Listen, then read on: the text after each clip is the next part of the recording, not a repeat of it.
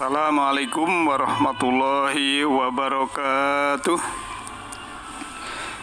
Alhamdulillahilladzi anzala ala abdil kitaba wa lam yaj'al lahu iwaja la yatil batilu min baini yadayhi wa la min khalfihi tanzilun min hakimin hamid.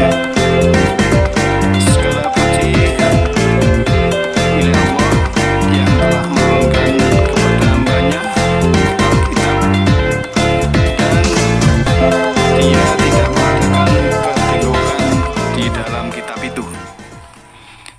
Kitab itu tidak didatangi oleh kebatilan baik dari depannya maupun dari belakangnya, dan kitab itu diturunkan dari Rabb yang maha bijaksana lagi maha terpuji.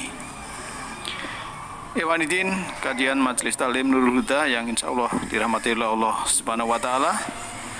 Jumpa lagi dalam kajian waktu sahur ya, hari kedua di Ramadan 1442 Hijriah ya, sahur-sahur gitu kan. Nah, kita bersyukur bahwa pada pagi hari ini masih diberi kesehatan, kesempatan, kenyamanan, kedamaian, keberlimpahan hidup, yang semua itu karena Allah Maha Pengasih lagi Maha Penyayang. Sebagaimana kalau Allah telah berfirman, A'udzubillahi minasyaitonirrajim, ya ayyuhalladzina amanu taqullaha haqqa tuqatih wa la tamutunna illa wa antum muslimun. Hai manakah dia orang-orang yang telah beriman, takwalah, insaflah kepada Allah dengan insaf yang sebenar-benarnya, dan janganlah kamu itu mati sebelum kamu itu selamat atau pasrah atau muslim. Dan kita kalau melihat ayat 18-17 itu kan ada kata-kata juga, mayyahdillahu fahuwal muhtadi wa mayyudlil falan tajidalahu waliya mursidah. Jadi untuk mencapai keislaman, untuk mencapai kepasrahan yang kafah, yang total kepada Allah, itu karena kita pasrahi Allah, ya kita harus mengenal Allah, sehingga Allah itu memberikan petunjuk kepada kita. Maka barang siapa yang diberi petunjuk, ya, barang siapa yang diberi petunjuk oleh Allah, maka dialah yang mendapat petunjuk.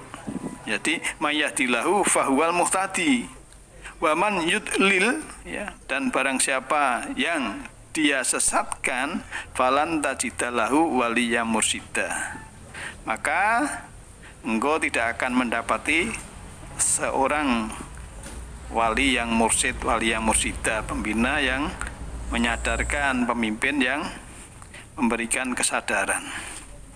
Sehingga kalau kita sudah mendapatkan petunjuk dari orang yang wali yang mursidah, menurut ayat ini kita bisa meningkatkan kesadaran dan kesolehan, juga meninggikan keinsafan dan kecerdasan spiritual kita, sehingga pikiran ini menjadi jernih, tidak terkontaminasi oleh hal-hal yang bersifat tagut atau bersifat tidak ilahiyah.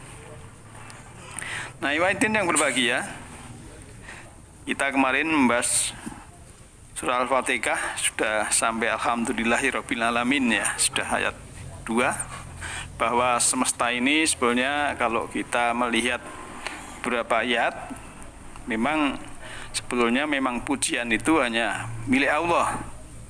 Ya, al-alamin, dia adalah jantung semesta. Maka ada ayat yang berbunyi ya, dalam surah kedua 115 itu kan, walillahil masyriq wal maghrib fa ainama tuwallu fasamma wajhullahi innallaha wasi'un alim, bahwa dia Allah meliputi timur dan barat, maka kemanapun kamu menghadap, disitulah wajah Allah.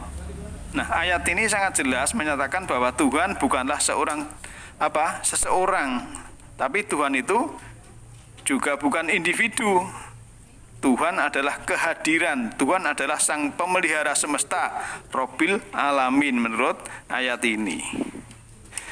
Juga yang sering saya sampaikan juga di 1760 itu kan inna robbaka ahata binas, bahwa sungguhnya Tuhanmu itu meliputi segala manusia.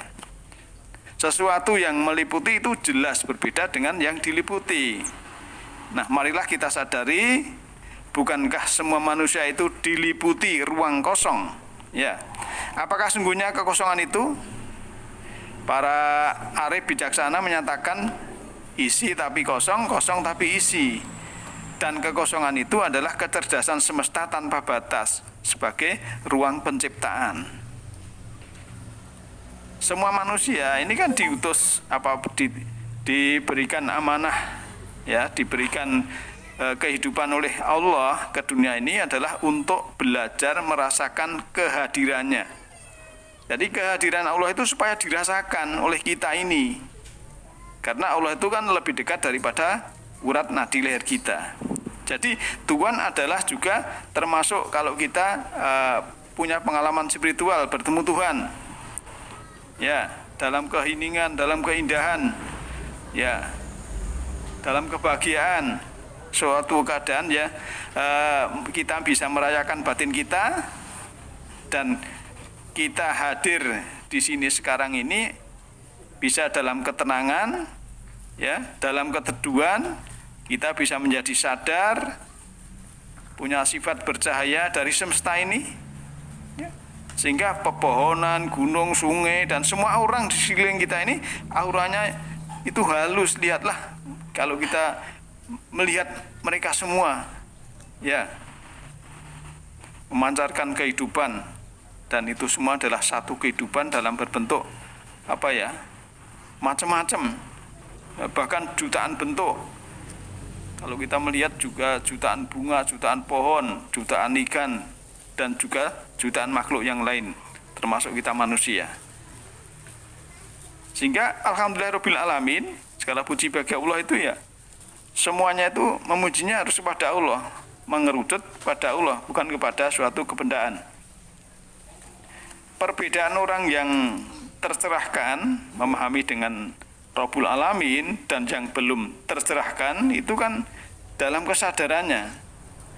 Orang yang tercerahkan itu sadar, ia mengenali tersebarnya keseluruhan, merasuknya keseluruhan, bergetar, berdenyut, ya, ada kecerdasan semesta tanpa batas.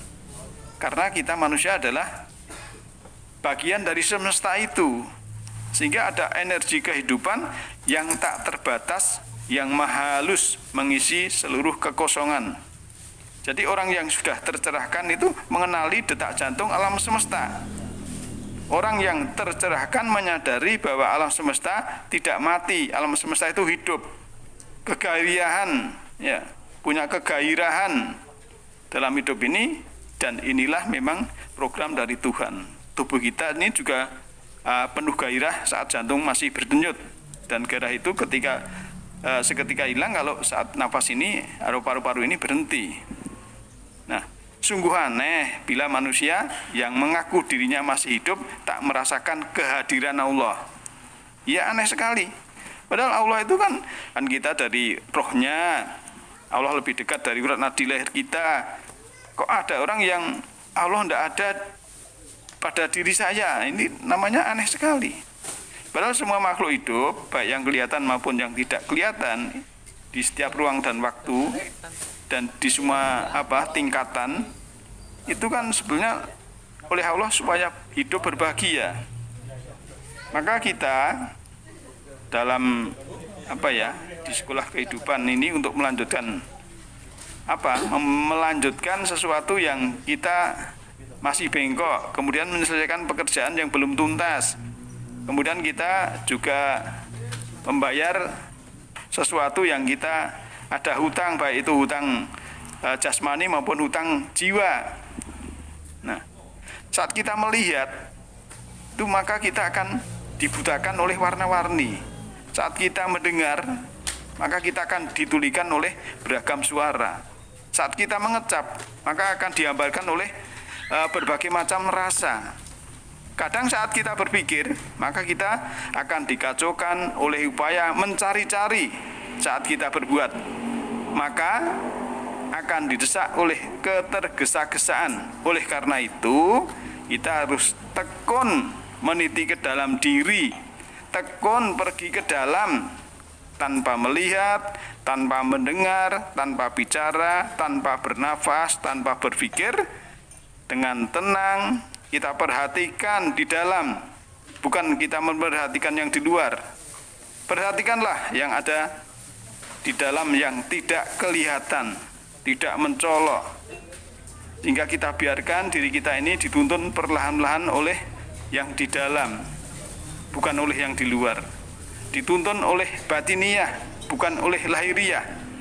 Diperhatikan ke dalam, maka kedalaman batin akan ditemukan. Maka kita harus berbuat tanpa berharap dipuji ataupun dikritik. Kita abaikan semua dukungan dan penolakan. Kita berbuat tanpa mengharapkan keuntungan dari orang lain. Kita harus cari yang sederhana di dalam yang rumit. Kita harus mencari yang biasa di dalam yang luar biasa, dan kita harus mencari yang damai di dalam yang kacau.